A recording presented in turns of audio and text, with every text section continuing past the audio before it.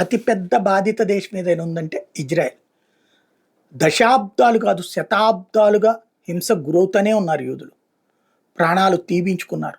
లక్షల మంది, కోట్ల మంది ప్రాణాలు పోగొట్టుకుంటూనే ఉన్నారు. ఇవాల్టికి చుట్టూ 23 దేశాల శత్రుత్వం కాస్త ఇప్పటికి 6 దేశాలు శత్రుత్వం అయింది.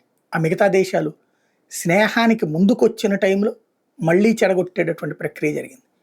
అరబ్ దేశాలు ఇజ్రాయెల్తో స్నేహం పెంచుకోమని చెప్పిన ట్రంప్ ఇప్పుడు మళ్ళీ చెడగొడుతున్నాడు. ఇరాన్తో యుద్ధం సందర్భంలో అరబ్ దేశాలు ఇజ్రాయెల్తో చేతులు కలిపాయి, కానీ కలవనివ్వకుండా చేశాడు.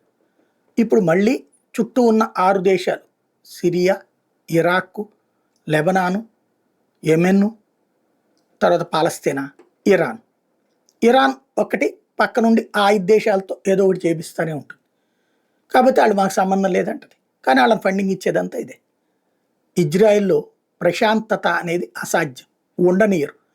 అలాగని ఇజ్రాయెల్ని శాంతం నాశనం కానీయరు. ఇజ్రాయెల్ నాశనం అయిందంటే కనుక మధ్యప్రాచ్యం ప్రశాంతం అయిపోతుంది. మధ్యప్రాచ్యం ప్రశాంతం అయిపోతే అమెరికా పట్టు నడవదు. కాబట్టి ఇజ్రాయెల్ని వాడుతూ ఉంటుంది అమెరికా. ఇజ్రాయెల్కి అది తెలుసు, ముందు తమ ఉనికి కోసం తమ పోరాటం తప్పదు పాపం.